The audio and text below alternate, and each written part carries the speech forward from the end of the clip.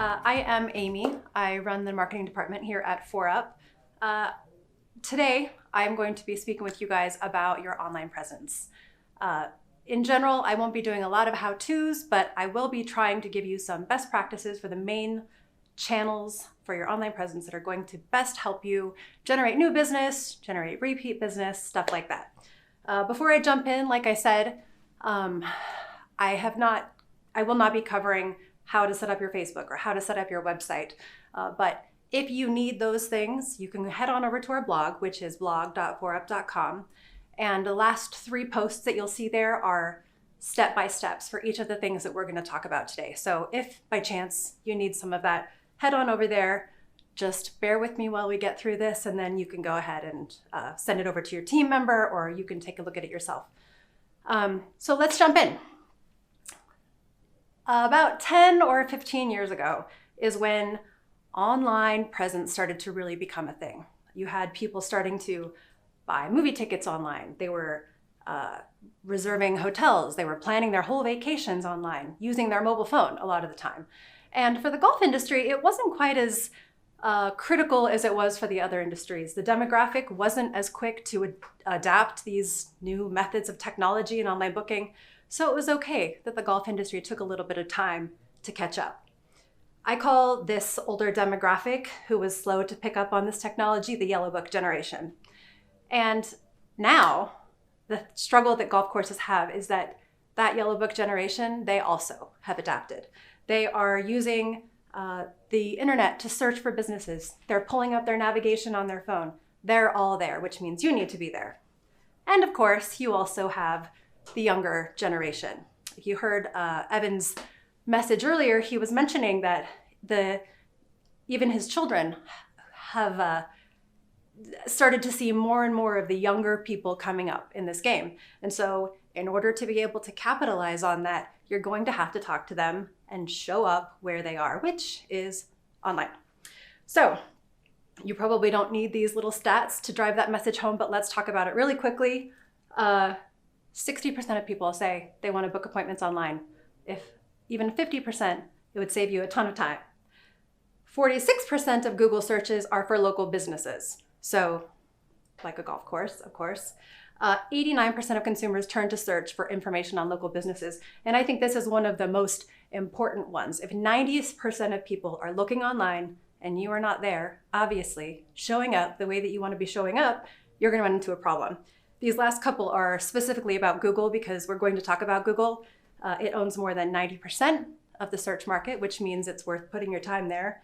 And Google Maps, which we are going to talk about, is by far the most beloved of all the navigation apps. So all of that said, let's jump in. The first thing we're going to talk about is Google My Business. Google My Business is interesting because when I talk to people about it, they say, I don't know what Google My Business is. I don't ever use it. I never interact with it. So why would I spend a bunch of time working on it? And I say, actually, you do interact with Google My Business. So if you don't know, let me tell you how you are interacting with Google My Business. When you do a Google search, and you see this, you can see it here on my slide, the thing that shows up on the side, that's a Google My Business card. It pulls all of the information that a business has posted about themselves on their Google My Business page, and it puts it right there. So nobody has to click on those search results. It's right there.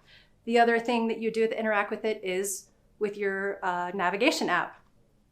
If you don't have your business page optimized in Google My Business, you won't show up when people are looking. One of the things that the Google My Business on your navigation system does is it gives you location. So if I'm looking for a photographer, I don't have to say photographer Salt Lake City, I just have to say photographer. And any photographers whose Google My Business is optimized with their location will just naturally show up because Google is creepy and they know where I live. And then the other thing is consumer reviews.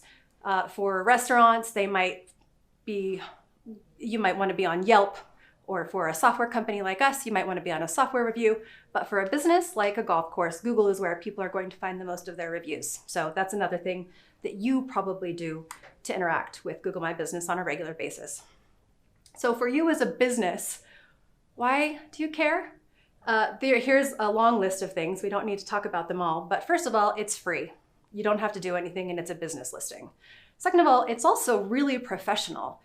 It's contained so that you can't go crazy, you can't mess up your brand on Google My Business, but also you can control the content. So you can put whatever pictures you want, you can put whatever description of your company you want, whatever you want people to see can go on there, but it looks professional. In fact, some businesses that don't have a website, which I don't encourage, you can use Google My Business almost just as a website as well. It's a storefront. You can send messages back and forth.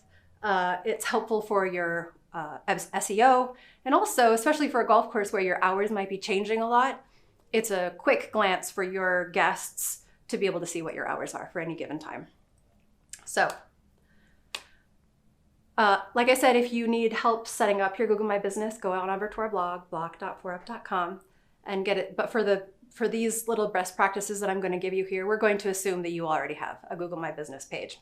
So log in and go to your main dashboard, and here are the things that I want you to focus on. First of all is a category. When you first set up your Google My Business account, it allows you to pick a category, but you can see on this slide that there's golf club, golf course, golf instruction, golf store, all sorts of things that you probably could show up for, but you're only allowed to pick one when you're first setting up your account. So once you've done that, you can go in, click the little pencil icon, and add in as many categories as you want. I encourage you to add as many as that apply to you. So you could put event center, you can put golf lessons, things like that, anything that you might want to. Keep in mind that Google is smart, and it knows if you say golf club, you probably also mean golf course, but the more clarity you give it, the better. Another thing to do is make sure that the address is exactly what your address should be. Not only are you trying to make it so that people can actually find your business, but if your address matches the same address that's on your website, it will help the website traffic as well. Your business name might seem silly, but I've seen a lot of golf clubs that on their website it says golf course, but in their URL it says golf club, and then on their Google My Business page it says golf center, and that's very confusing for Google. So just make sure everywhere you're showing up online, all your storefronts have the same exact name. Phone numbers, when you first set it up, you probably only put in one, but after you've set it up, you can go in and add as many other ones as you want. So do one for your restaurant, do one for your lessons, do one for your billing, do one for event reservations, things like that. It will all show up on that card, so you'll save yourself some time for people calling in and asking to be directed to wherever they need to go. Your website. Of course, you probably have already put your website into your Google My Business, but what people often do is they just say www.amysgolfcourse.com rather than going to their website and making sure it's exactly the same as it is on the website. So do this. Go to your website, highlight your URL, copy it, go back to your Google My Business page and put it in exactly. Just paste it right in. And by doing that, you're making sure that if it's http:// or https://, it's exactly the way it should be. And that will help your traffic to your website as well. Your hours, you can always update them all the time. It'll keep it updated on that card. It'll keep it updated in the navigation. You can also add in special hours. So if you already have your calendar built out for the year, you know that on Easter or 4th of July or Thanksgiving, you're going to be open certain hours, plug those in now. And a few days before that day comes, your card will start to show special hours for Christmas Eve or whatever that might be. So it won't leave people guessing. And I think those are the ones for this slide. Another thing you can do is create a short name. This is not mandatory, but same place on that main dashboard. You can create, rather than business.google.com/ all sorts of letters and numbers, you can create a short name so it's a lot easier for you to share it with people. Ours is business.google.com/foreUP. Once you have that short name, it makes it really easy to ask people for reviews. Your short name / reviews will send people directly to a site where they can just leave you a Google review, which is one of those things that I mentioned that's a real benefit of Google My Business. You can also just go to your dashboard and you'll see this little card that says get more reviews. And if you click on it, this little box pops up and then you can just share that with people. It will send them directly to a little box where they can hurry and leave you a business review. Last thing I'll mention for Google My Business is about tracking. If you're not using Google Analytics, this probably won't apply as much to you. But if you are using Google Analytics to tell who's coming to your site, where are they coming from, what are they doing once they're on your site, then you may have already noticed that you can't drill down and figure out who's coming from your Google My Business. So Google Analytics might say, these people are coming from Facebook, these people are coming from a third-party site that is referred, and then all these other people are coming from organic search. They're just searching for something and then landing on my page. And Google My Business just falls right into that category. So if you would like to be able to see what your Google My Business is doing for you, I suggest using a UTM.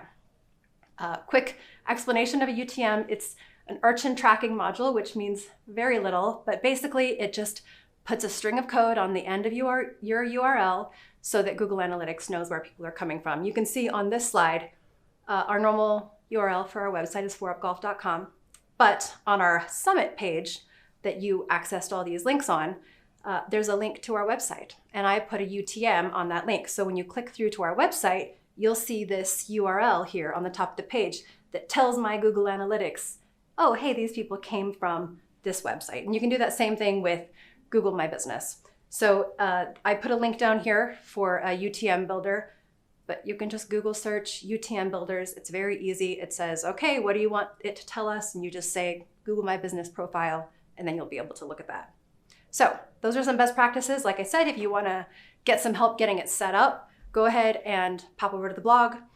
You can also talk to our foreUP marketing services team, little plug here. They deliver really cool dashboards that tell you where people are coming from, how they're engaging, so you don't have to worry about your Google Analytics, and the optimization of your Google My Business page is one of the things that they do really well. So moving on, let's move to the next channel that is absolutely important, which is your website. And it's arguably the most important because it's the hub. It's where you want people to go to be able to get to your online booking or view pictures of your course or interact with you, find your contact information. So a problem though that we have is that a lot of businesses spend all this time and effort and money building these wonderful websites, and then they launch it and nothing happens. And so it's the opposite of that Field of Dreams saying, which is if you build it, they will come. If you build it and that's all you do, they're not going to come. And if they don't come, then your website does you absolutely no good and you put all that time and money in for nothing. So the solution is SEO. SEO stands for Search Engine Optimization. And essentially what it is a series of things that you do, improvements that you make to your website that make it more likely for Google to show you to people when they're searching for something. And so the question is often, all right, well, how do I make Google want to show me? And before we get into some actual strategies, the thing you need to understand the most is what Google's goal is. Google has one goal, which is give the searchers what they are looking for. So if somebody is searching for a golf course near them, it's going to try and find the thing that's going to make them the happiest. So then obviously you want to prove to Google that you are what people want. So how does Google identify what the right search result is going to be? It uses these particular things. One, how often people are clicking. When you are showing up in search results, how often do people click on that listing? When they come to your site, are they having a good experience? The metrics that it uses to track that are how long they stay on your site, and then whether or not they click around to other things like maybe your online booking or your pricing pages or whatever it might be. If they do those things, Google says, oh, hey, look, they're interacting with this site. It must be giving them what they want. Other things are links. If the site is linking out to other sites that talk about a relevant topic, that's helpful. And then also if other sites that have relevant topics are linking to your site, that's also helpful. It tells Google, you have some steps down. This site is really about what this person is searching for. And then the last thing is how fresh the content is. Is the content on this site 10 years old? Because if so, it's probably outdated. So let's talk quickly about some best practices for making sure your website meets all of these criteria. The main thing to know is that if you know what people want on your site, give it to them. And the reason that this is the thing that you should always keep in your mind is that Google has a brain, and Google's brain is called an algorithm. It's how it learns what people are doing, what actions you're taking, what your preferences are, what ads to deliver to you when you're searching online. And over the years, Google's brain has gotten smarter and smarter. In the beginning, it just said, if somebody is looking for a golf course, I'm going to find whatever website has the word golf course on it the most times, and I'm going to show that website because obviously that site is about golf course. There's also data that's on the back end of your site, your title of your site and your description of your site. And Google can use that information to see what your website is about. And back in the day, 10 years ago even, Google would just listen to whatever it was you told Google your site was about. That's not the case anymore. Google got smart because we got smart. We started just saying, okay, well, I'm going to say golf course 500 times on my website, so Google really knows that my site's about a golf course. But it's, like I said, gotten a lot smarter. You can't trick Google anymore. So the best way to do it is to just know what people want and make sure that when they come to your site, that's what they're getting. But a few little specifics. The metadata, which is what I mentioned just a minute ago, the stuff that's on the back end of your site that tells search engines what your site is about. You can have a title for your site, a title for every single page, and a description for every single page. And the way that you use that now is not to tell Google what your site's about, but rather to get people to click on your search result. So you can see here for Thanksgiving Point Golf Club, when I search for them, this is what shows up. And it's that little text right under the line. In fact, the Thanksgiving Point Golf Club, that's the meta title that Thanksgiving Point has on their website. And that little blurb underneath it, that's the description that they have for their website. You can have that for every single page. So when you do show up, people will want to click. So the trick here, rather than trying to trick Google, is just be compelling. You can see here a good version and a bad version. If you don't put a meta description on your site, Google will often just pull something. And sometimes it picks something great, and other times it's something like this. And I don't know about you, but I would not click on that if that was the description I was given. So getting clicks, that's a good way of making that happen. The other thing we talked about was making sure they're having a positive experience when they're on your page. So here are the things that you can do to make sure that you're meeting those metrics. Appearance, aesthetic does matter. I went to a site for a photographer the other day and it was atrocious. And so I clicked right away. And so Google learned something there. Google said, obviously this page for a photographer is not what people want because Amy went over there the other day and she was only on that page for a second. Because I thought, well, if they can't create a web page, they're not going to be able to edit my photos. So I'm going to pick a different photographer. So aesthetic matters. Pay attention to how it looks. Next thing is load times. A site that loads slowly is not, we're not talking 30 seconds here. We're talking 5 seconds, 6 seconds. If your site loads and then the images show up really slowly like this, you're losing people. As Google says itself, speed equals revenue. So the faster your site loads, the better. You can test your site speed. Just do a Google search for site speed test. There are tons of options that will come up and tell you how fast things are loading. If it's slow, there are some basic things that you can do. There are plugins for most websites that smush images. So it's the same picture, still shows up nice and big, but it's smushed down so it's not taking up so much bandwidth.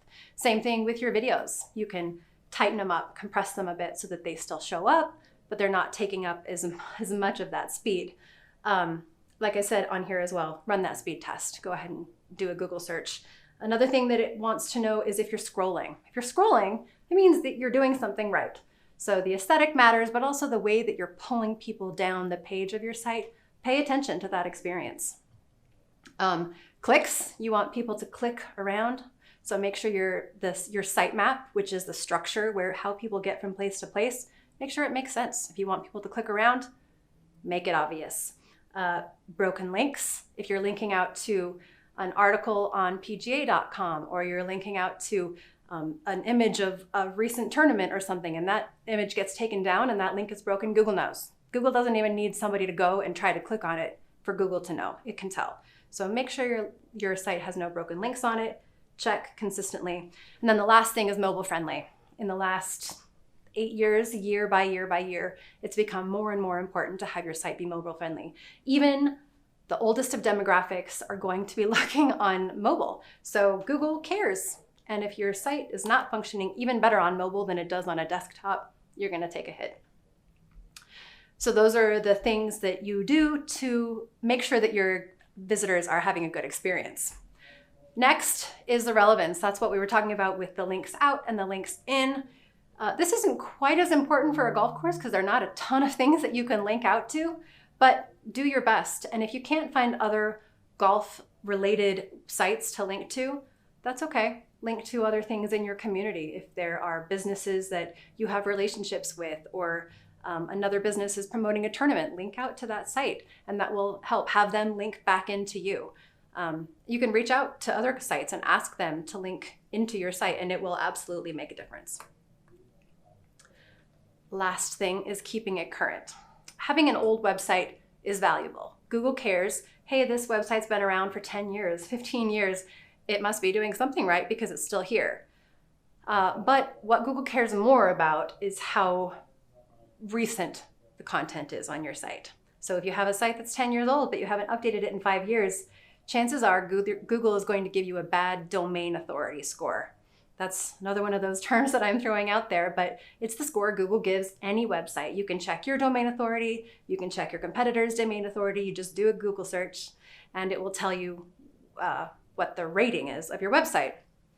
So age of website will help that, but the thing that will take it right down is if you haven't put any new content up. So especially if you have a new website, refresh it, put in new pictures, update the descriptions, do as much as you can to say to Google, hey, look, I'm on top of this. Whatever is on this website is relevant, so you should pay attention to what I'm doing here. Because it's not always easy to come up with new things to update your site on is why not only do we suggest having a blog, but any person out there who's doing SEO will suggest having a blog. It gives you a really easy way to just constantly be refreshing content on your site without having to go crazy. It doesn't have to be something huge. Maybe it's a tip of the week that your pro wrote and you just hurry and whip it up into something that sounds a little nicer. Or you're highlighting somebody who got a hole-in-one yesterday or something like that. It doesn't have to be a big deal. Consistent updates to your site will make a big difference. So here's your to-do list. Sit down with the people you work with, your team, and think about all the times, all the situations where you want somebody to find your site. When they're saying, find a new golf course near me, find a country club, book a tee time online, whatever those things might be, write them down. And then take a look at your website. Make sure your website is answering those questions. It's giving them some place to go to solve that so that you can start showing up, not for everything. You don't need to show up for everything. You just need to show up for the things that you want to show up for. Think about those things. Make sure you know them and then go optimize your site based on them. The other thing is making sure your site functions. Make sure there are no broken links. Everything is smushed down. It works well. There's no problems when people land there and then they end up bouncing away. And then the last thing is generate your own traffic. Google does care how many people are coming. So put it on your Facebook. Tell your friends and family to go check your website. The more people you get going to your site, the better it's going to be.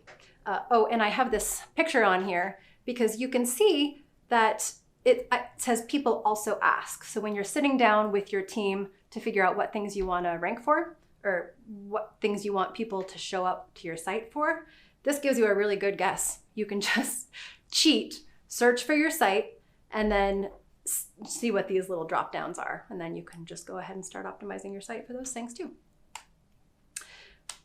Last thing I'll say about SEO is don't feel bad if it's stressful. SEO is an art, and some people get paid a lot of money to do it all day long. I've worked for agencies that charged $3,000 a month just for basic SEO for a local business. So you're not going to be able to get it all at once, but there are so many resources online that you can use to try and figure out what steps that you should be taking.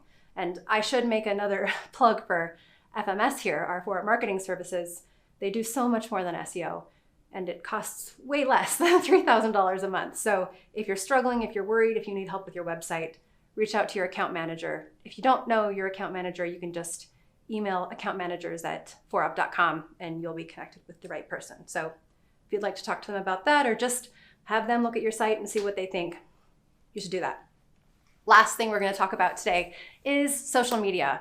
I'm not going to talk about Instagram, and I'll tell you why. First of all, we have other stuff on our website about Instagram already. We have on the resources on our website, there's an Instagram ebook. There is a webinar that helps you understand how you can use it to better engage your community, better engage your players, get more repeat business. But Facebook is different. Facebook serves the same purpose as your website and as your Google My Business, which is that it acts as a third storefront. It's similar to Google My Business in that it's very professional, it's locked in, you can't make too much of a mess of it, you can include all the same information, you have reviews, all sorts of things that make Facebook a great third tool for you to have for your business. The biggest reason to use Facebook is that Facebook has great SEO. So if your site's not coming up, which maybe it won't for a while, Facebook is. In fact, you can see on the slide that I have here at the bottom, I searched for foreUP. You can see that at the top. And one of the first results is Facebook. Even though foreUP's website has great SEO, Facebook is still showing up. So it will behoove you to at least make sure your Facebook is set up and optimized a bit because people are going to be clicking on it. It also does allow you to send free messaging back and forth. People are already on Facebook. There's a lot of other reasons to be using Facebook. For this purpose, though, for your online presence, it's the third storefront that you want to make sure is set up. So I'm going to run through some best practices for Facebook. Same thing on our blog. You can see setup instructions if you don't have a Facebook already going or you haven't optimized it. Check that out. But some best practices to make sure you're making the most of it are these. Your banner image. You won't believe how many courses I see have a banner image that's either too big or too small or it's super fuzzy or it doesn't look anything like their course. They just put a picture of a golfer or something. Pick an image that looks like your course. It's branded, it's a professional representation, and make sure it's the right size. Same thing with your profile picture. I suggest using the same profile picture across all of your platforms. Twitter, Instagram, LinkedIn, your website icon, all should have the same little profile, which is going to usually be your logo or something. Getting those sizes right can be a little tricky. So there are some free tools that allow you to do it really easily. One is called canva.com, C-A-N-V-A. I'll send that out after my presentation with the resources that I send to you. But it has templates. And so you don't even have to think about what size they are. You just say, let's create a Facebook banner or a Facebook profile image, and then it allows you to do that really easily. You can add text, all that sort of stuff. So those two things. Next is your contact information. A lot of people leave that off of their Facebook. So if you don't have it or it's not accurate, make sure you put that on there. Reviews, I would say for golf courses, Facebook is probably the second most important after Google. So ask people to leave you reviews. You can send message to all of your friends. The more reviews you have, the better. Make sure your online booking link is set up. That's really, really easy to do. If you are using the Messenger, and even if you're not, make sure you're checking it so that you can respond, because on your Facebook, it's going to say, this company takes 3 days to respond or 3 hours to respond. That will make a difference. Make sure your images are high quality. You've used highlight images. You can use the calendar to schedule all of your events for the whole year. That's a great thing to do because then people can go right to your Facebook and know everything you have going on. And then the last thing is posting and community engagement. If people are following you, follow them back, like their posts. Post at least once a week so that people can come to your Facebook and see that you're active and you're there.